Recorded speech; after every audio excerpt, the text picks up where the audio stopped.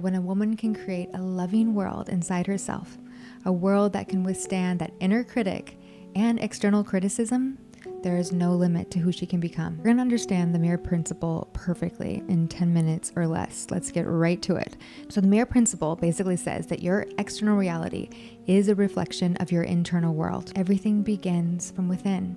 This is why you've always been told everything you need is within you.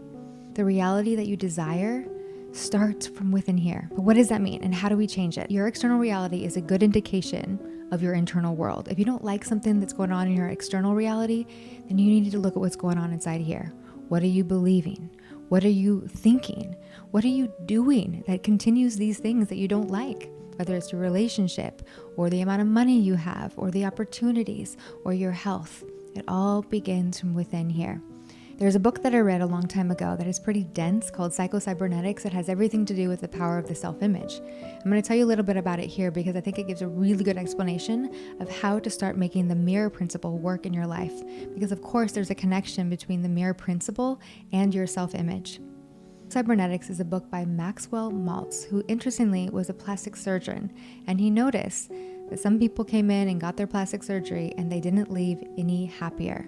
And some people came in and got plastic surgery and left feeling like they were the most beautiful person on the planet. The book is about how our minds work a bit like a computer or a robot just running a program. And this program is either beneficial to us and helps us reach our goals and fulfill our potential, or this program is like a virus and it literally robs us of the life, the success, the love, the happiness we're really made for.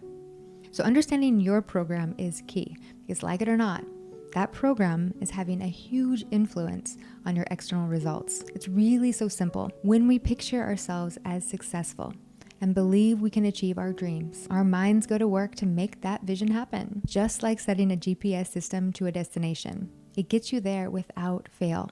And if you make a wrong turn, it reroutes the thing. That deep internal self-belief hidden in our subconscious mind determines if this program is going to get you to your destination or not. Imagine a GPS that has a virus, a weird program running saying, do not go to the destination at all costs because it is dangerous. There be dragons there. That's kind of like how our nervous system works. A lot of the times we are subconsciously afraid of success. We're afraid of abundance. We're afraid of love. We're afraid of pleasure.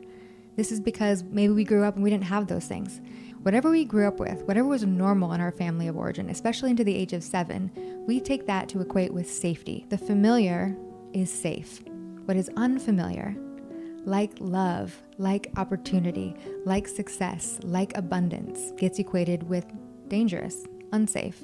So a lot of us, me included, had a deep program within us that said, do not go to the destination at all costs because it's not safe there. Reroute somewhere else. Reroute to this land over here, which we are familiar with. This land of not feeling good enough, not having enough money, not being safe to be in a relationship. And this program is a virus because our system, like a GPS, is designed to take us to our destination.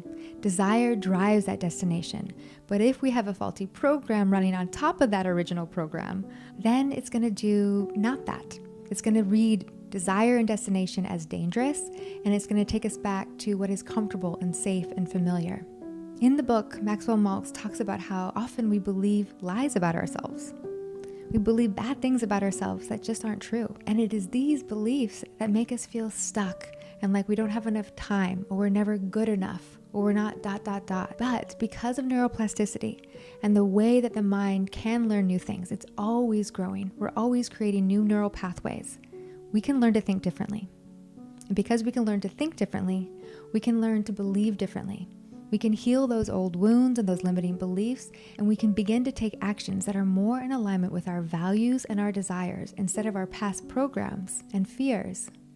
When we're running a program that is an aligned program, meaning our highest values and our deepest desires are in alignment, and we are making choices every single day so we can embody those values and pursue those desires, we feel so free. Our soul loves it when we're in alignment. So alignment is key to making the mirror principle work for you. And this is why it's so important to get clear on what it is that you want, what it is that you value. If you're wondering why you're spending all this time manifesting more money or more love or this or that, the cars, the purse, the beauty, and it's not happening, it could be because you haven't done the deeper inner work to really get clear on what it is that you value.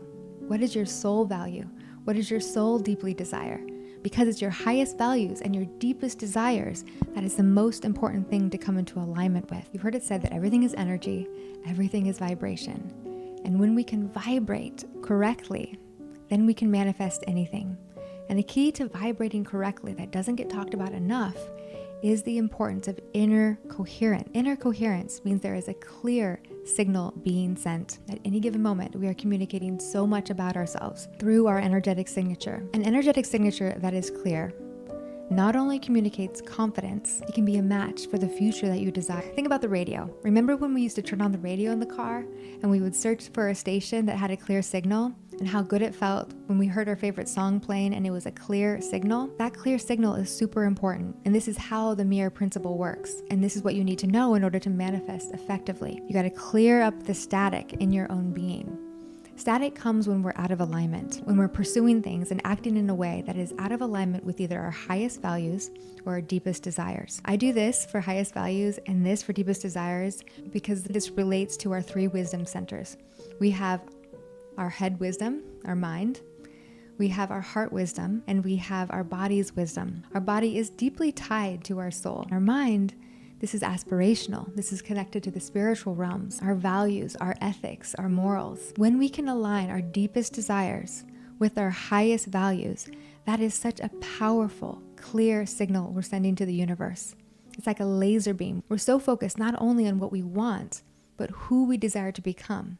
What does it feel like to embody this woman, her values and her desires? This is manifestation. This is the mirror principle in action. Really what it comes down to, the mirror principle, manifestation, it comes down to creating a clear energetic signature. There is static when there is faulty programs running, when there's a lot of noise, when there's a lot of confusion, when there's double-mindedness within us, because maybe your ego wants one thing and your soul wants another. This is so common, where a soul has come here for a certain life experience. She wants certain things. She knows what she longs for. She knows what she wants to experience. And then we have our childhood programming or our social programming, and we're confused because the people around us want different things for us, and we don't know which one to trust or choose. This creates static, this creates double-mindedness, and it delays our manifestations. The mirror principle will show you where there is static in your life. Whatever area of life you're stuck in, whatever area of life you feel that there's not a lot of movement, not a lot of opportunity, not a lot of spaciousness, you don't feel good in that area of your life, whether it's your career or your romantic relationships or your health, that is an indication of where your energetic signature needs some clearing up. So my advice to you is to do a deep dive on what it is in that area of your life that you deeply desire and what it is that you value. It's really important that these 2 things come into alignment. I think a lot of people miss this part. They know what they want, or they think they know what they want, whether it's the purses or the person or the house or the car or the money or the fame, but they haven't done the work yet of knowing their highest values. How you manifest something is actually more important than what you manifest. Your soul is the feminine side of you, and she's really interested in your beingness. It's a process. How you feel while you're imagining, while you're scripting, while you're listening to the meditations, while you're doing your vision board. It's way more powerful and potent than whatever technique you're using to manifest it. So back to Psycho-Cybernetics. I found this super interesting.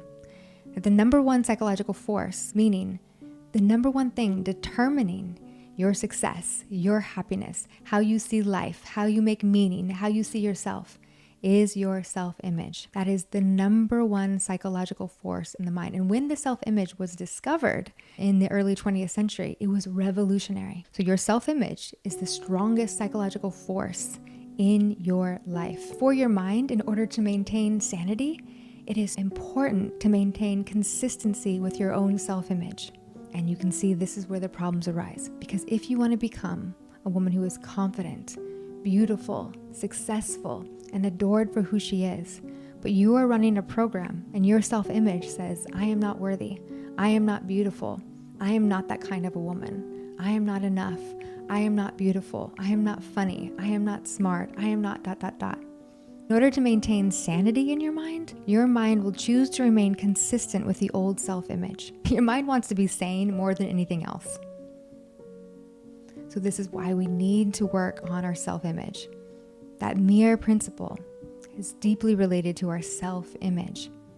It's not just the thoughts that we think. The thing that shapes our self-image the fastest is actually our behavior. And you might think this is interesting because so much of this work is around mindset work, but it's actually embodiment work that will get you where you want to go quicker and more effectively than any other technique. Why? Because we can doubt the thoughts that we think in our mind. We can look in the mirror and say all the affirmations, but there can still be a part of us that doubts it. But when we show up in the world and we do the things, we act in accordance with our highest values and our deepest desires. There's no denying that. Every cell of our body registers that as an experience, as a truth. One of the kindest things you can do for yourself to serve the woman you desire to be is to become courageous, to take risks, to actually show up in the world, to do the things that you know your highest and best self is made to do. So I hope that helps you understand how the mirror principle works and how you make the mirror principle work in your life, because it is so powerful. Our inner world really does influence our external reality. I've seen this time and time again in my life. And the shortcut, and really the only way ultimately to shifting that inner world, is to begin to heal and reimagine your self-image. The thoughts that you think matter, the feelings that you feel really matter. But the shortcut is the actions that you take, actions that are in alignment with these two powerful poles of your being, your highest values and your deepest desires. That creates a path forward through the heart that allows you to embody your soul in the world, which is what I believe we're all here for. And I believe that the more beautiful world our hearts know is possible will come when each of us is courageously embodying and expressing our soul in the world. I'm going to end the video right here because this is a topic I could actually talk on for hours and hours and hours. I hope it was helpful to you. Please let me know which part of this conversation is the most interesting to you so I can go deeper in another video. Right now, I think you'll really enjoy watching this one next.